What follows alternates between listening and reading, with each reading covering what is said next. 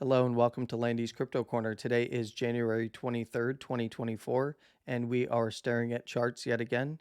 Looking at the Bitcoin chart here on the daily, we are starting out with the typical Bitcoin in 60 seconds support and resistance chart that I show in the shorts videos here on YouTube and on x.com under Crypto Landy. Now, we did talk about this particular move down into support on Monday's live stream. Right back here, this was Monday. While we were live streaming, I did mention on Monday and prior that if we did see the range lows break, that area around 40,000, 40,150, that we may see a front run of the weekly. We ended up getting that live on stream.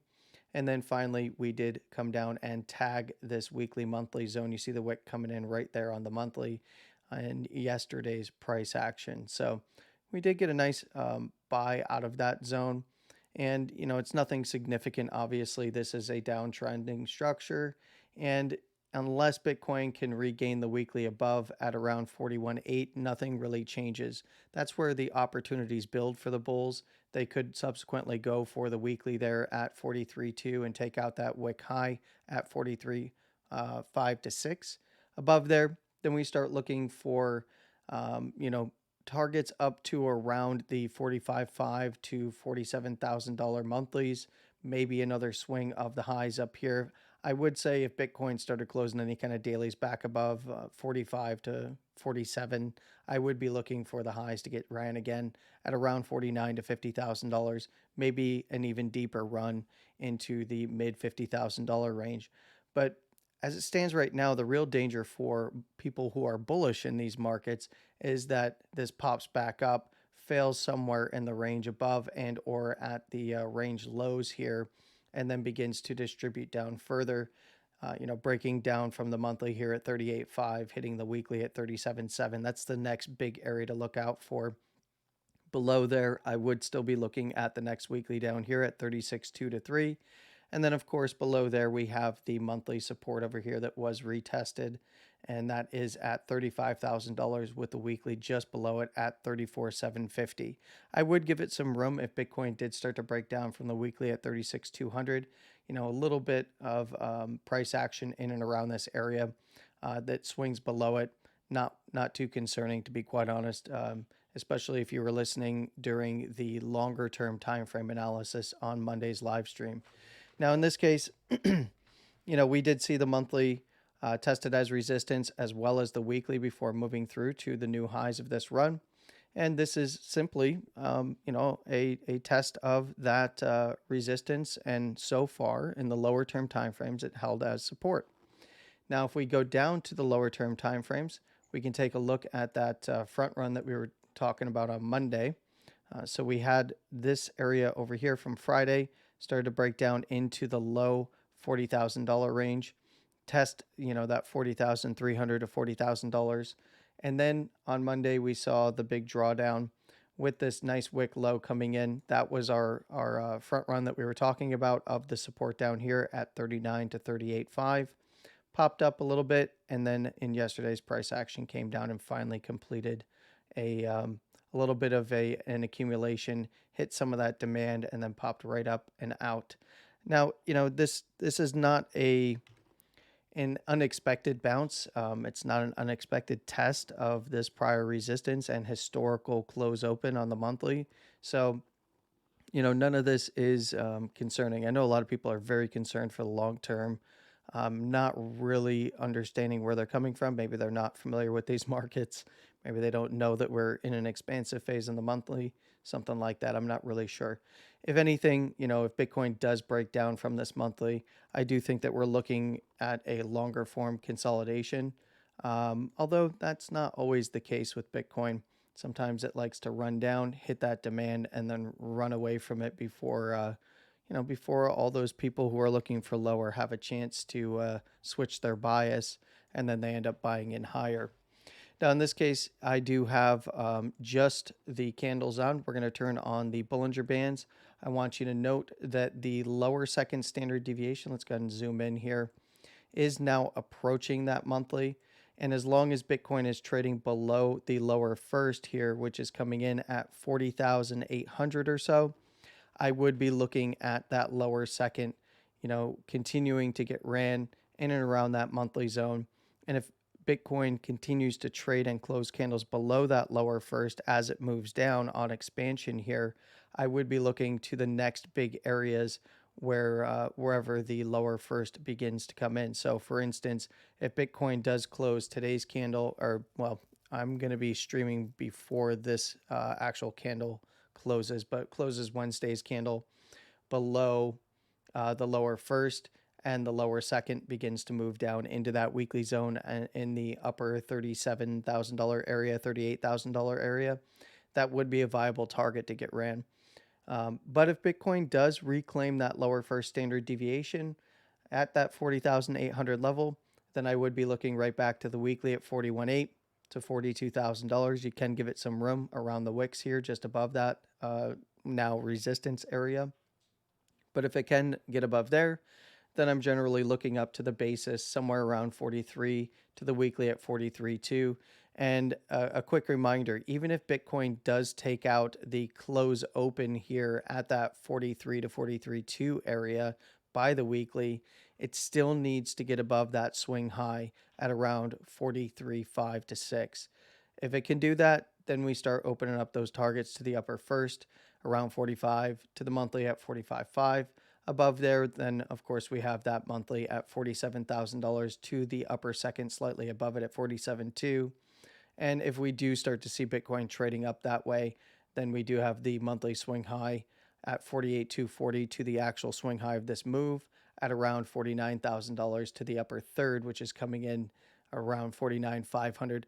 I would imagine that if Bitcoin was going to slingshot itself all the way through the bands, we're probably looking at a pretty sharp rejection, but it would probably start to get in and around that wick high and in and around that $50,000 area that I spoke of earlier and that we've discussed prior.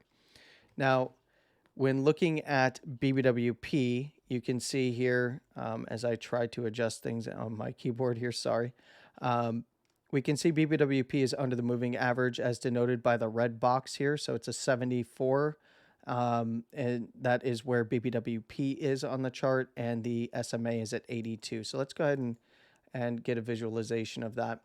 We can see that BBWP is dropping as Bitcoin is heading down, with the Bollinger Bands expanding to the downside. So this tends to screw people up a lot. This is because Bitcoin ran from one side of the bands to the other. So it maintained volatility in terms of its price action. So we got the expansion to the upside and then a sharp rejection, and it continued to get expansion because Bitcoin closed above the upper first, upper second, shot straight down through, and then began to slow down around the lower first, and then it began to head down between the lower first and lower second. So what this is Bitcoin's slowing down period was back here when it was trading, above the lower first towards the basis, and then lost it just recently. Now, what we have to do in order to determine what comes next is to look at this as a possible mean reversion play once Bitcoin can at minimum set a swing low, and that would come on any close above 40,150, and then regain the lower first. That's when mean reversion would begin to really kick in. Otherwise, Bitcoin can hang out between the lower first and lower second and continue grinding down using that lower first as resistance. And of course, if the basis begins to drop, which it is already below one of my key areas at 43.2 to 43.5 to 6, Bitcoin can mean revert back to the basis, and it doesn't do much. It's still bearish, would be a bearish retest, that kind of stuff. So at minimum, Bitcoin needs to set a swing low. And from here, as I said, that would come on any closes above 40,150. It would then, need to set an actual closing low. In this case, from today's candle, it would only be able to happen on any closes above 41.5, and that's the open from Monday. If it did that, it would put it above the lower first, give us that target slightly above it at around 41.8, and then the basis at 43.2, the weekly at 43.2. Otherwise, the targets are still angled to the downside. In the lower term timeframes, we'll take a look in just a moment, but it is possible that Bitcoin comes back down and tries to play around this weekly, monthly area.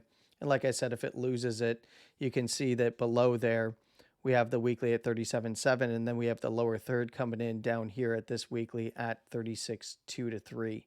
Now, to be fair, it is slightly above there, but if Bitcoin were to start dropping this lower second in between closes, you're going to see this lower third spike down into that weekly at 36.2 to 3. So I would keep that as an extreme downside target. I would say also with BBWP being under the moving average, if Bitcoin does head down and start closing back below the lower second, and if BBWP does not get above the moving average and or it only ticks above and the moving average doesn't move up with it, then that's probably getting towards the end of the move. I would say we're probably pretty close to the end of this move. There's probably a little bit more downside left, at least in the lower term timeframes, but I would be looking for a bounce pretty soon. Now, of course, it has to meet the criteria that I spoke about just a few minutes ago, so I don't want you to get confused. I still need to see a swing low set above 40,150, and then at least from today's candle, if it were to try to set a swing low, to set a closing low, it's got to close above 41.5. So it's actually 41,550. It's a little bit above there, to be fair. We do see that the potential for Stoke to cross up is also here, but we still need to see at minimum a swing low set, preferably a closing low set. But if Bitcoin can close above 39,666, gosh, the devil's number there. If it can close above there, then we're going to get at minimum an initial cross to the upside, depending on how far Bitcoin closes above that pivot number. If it closes substantially above it, mid 40,000s towards 41, we're likely to see both the K and the D read cross back to the upside. But as it stands right now, it would be an initial cross if Bitcoin can close above there. I would even say you'd want to see a 39,700 close and or a 40,150 close to regain the lows of the range here. Now, if we go over to our other chart here that we typically show in the live streams, I want to point out a few things about volume on the lower term time frames. So there are some significant areas to pay attention to. As you can see, as I turn on volume, there was a significant amount of volume that came in not on the low. Now, we saw the low, of course, coming in right at the monthly. It was kind of tame in terms of volume numbers. We had this resistance overhead on the close open here. So I am going to mark this real quick so I can show you, kind of how price acted in these ranges. Let's do the wicks here first, and then we'll do the closes so that I can kind of illustrate this point here. Where was this guy? This was right here on the wicks. Let's go ahead and do the close up here. We're going to go with yellow for the closes. And this guy had a little bit of a gap on the close open there, I believe. All right, so I just want to call out these zones here real quick because, we didn't get the volume quite on the low. There was some volume coming down into the weekly, monthly zone. Nice bounce, nice little reversal with a higher low set to retest this low over here. Now, when it retested this low, of course, being at 39,327 to 39,500 on the close. Once it retested, it did get rejected, came back down to the basis band, and then tried to close above that area and could not get above this close open low on high volume. Came back down, spiked up into the upper first basis area, and then it spiked down into the lower second. And as soon as it hit that lower second, kind of this basing area where the candles were getting our close opens down here, we saw the lower high before the lower low. So this was the last lower high. All of the volume came in to create a double bottom in that area. It did give a little bit of a pause in this high volume low where it tried to double bottom prior and then just kind of went on through. So after getting this close above, took out the wicks in the next candle, and then marched its way up to swing this high and this high up here. At least on a close, it swung this high. Now, the reason why I'm showing this volume, because if you are trading lower term time frames, I would suggest that you pay attention if Bitcoin does start to head back towards 39.5 to around that 39,370 area. Note that that is this higher volume low area where it did try to base before putting in a little bit of a roll of doom here. It did try to be fair, it did try to hold itself up before hitting the weekly monthly. But, this was the area that was front run prior to hitting that weekly. And I spent Friday talking to you guys about it, spent Monday talking to you guys about it. And I believe I even mentioned it on the Staring at Charts video as well last time. So this is going to be a big area to watch. If that area does fall apart, then take a look down at that 39,120 to just under 39,120 at 38,950, 960 by this low. It's a significant amount of volume. If that area is lost, it's going back to retest that weekly, monthly area and maybe more. All right, so keep that in mind. I do want to call your attention to this as well. We'll keep the support and resistance on there. I guess it doesn't really matter. Nah, let's take it off. I'm so indecisive today. All right, so let's go ahead and actually turn those off. And let's look at the 2-day, because we are going to get a 2-day closure. And this is going to, kind of give us a little bit of a clue as to what to expect at the end of today's candle. And of course, I will be talking to you guys in the live stream. So I'm going to follow this up. For those of you, this is the Wednesday candle, and I stream on Wednesdays. I'm recording this right after the open of the new candle. So the close of the Tuesday candle, open of the Wednesday candle. And in this case, lower second on the 2-day is at 39,300, I believe. Yeah, looks like 39,300. If we do see a close below there, then we just saw Bitcoin spike into 38,500. I mean 38,501. We've been calling for 38,500 to $39,000. Called the front run before it. This is playing so technically. It's been playing technically for almost 2.5 years now. I mean, since the bigger players got into this market, even on the massive liquidation events of Luna and FTX, it still played very technically, right? There are pros in these markets that understand the technicals and trade off of them. And a lot of them have created algorithms and bots that also do the same.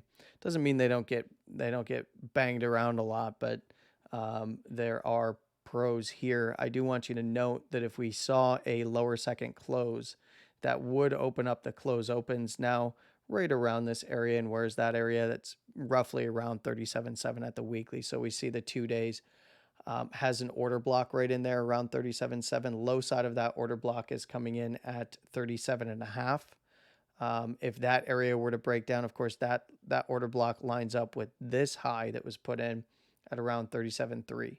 Now, if this order block and this high were to break down, that would open up, the low wicks, obviously, at 36.7 and, 35,600. They close open down here at 35.5. And then, of course, that monthly resistance that was flipped into support at, that weekly at 34,750 to $35,000. So I did want to draw your attention to that because we are seeing expansion.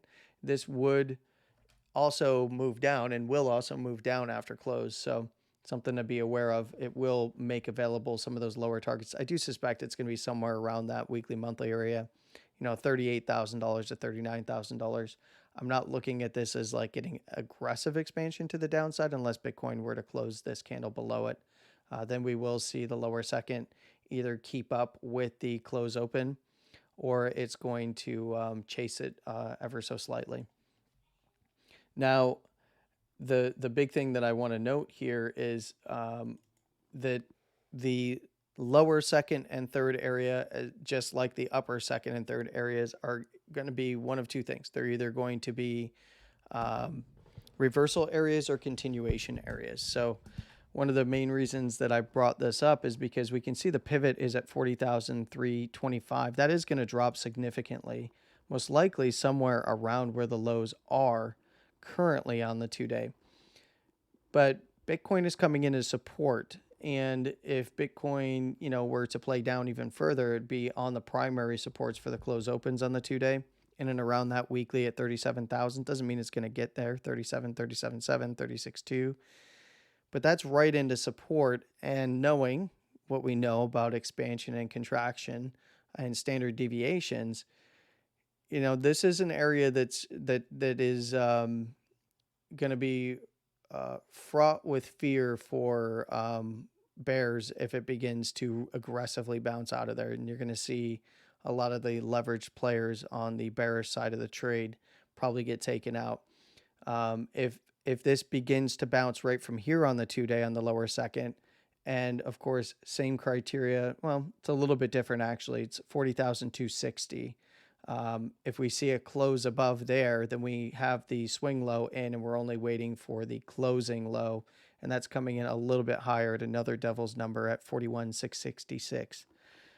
That would put it back above the lower first, and then we start targeting in and around that basis band on the 2-day, which is, roughly where we are looking on the daily at 43 to 43.2, where the basis and the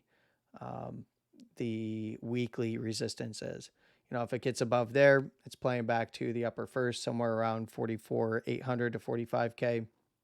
Upper second is pushing up to the highs now at 46,663. Jeez. And then above there, the upper third is starting to come into the zone around the wick highs here. It's at 48,500 to 49K. I would keep a close eye on this. These are going to be some important closures coming up midweek. So I wanted to draw your attention to that. Of course, we're going to follow up with all of this tomorrow. And yeah, for those of you that joined me on Monday and have been, paying attention to what we've been talking about with support and resistance. Excuse me. Choked on the support and resistance word there. But for those of you that have been paying attention to support and resistance and volatility and the interplay between the two, we have, some significant setups. One thing that I will tell you that I want to see, we have a downtrend. We need to see a trend break, right? On the daily, at minimum, we need to see this last little swing high or consolidation high structure broken on a swing. You can always use a swing chart. Doesn't matter. You can search the indicators section here for a swing indicator, whether it's a Gann swing or not. Doesn't matter. They all are going to generally be the same in this regard. We need to see a swing low set and then take out the swing high to, at least get a trend break, and then start looking for a possible trend reversal to form. But I like multiple drives of bullish divergence, and there is some historical areas of interest for longer term time frames for just from the daily RSI for hidden bullish divergence. You'll see it on like the weekly. You'll see it on this was all the way back here in the 24.5 to 26.5 area. Prior to that, we were seeing same 24 to 26. Prior to that, it's all the way down here at the lows off of like the $20,000 region. So longer term bullish divergence is, good and all, and it's hidden bull divs, and in some cases regular bull divs depending on the time frame. But what I want to see on the daily is regular bullish divergence form, and the only way that that's going to form is on lower low closes. So I can maintain above the wick here on the daily at 38.5 now at the monthly, as long as we're building bullish divergence or it pops up and then gets a bull div somewhere later on down the line from some of this structure. I want to see multiple drives before looking for a trending reversal upon a trend break.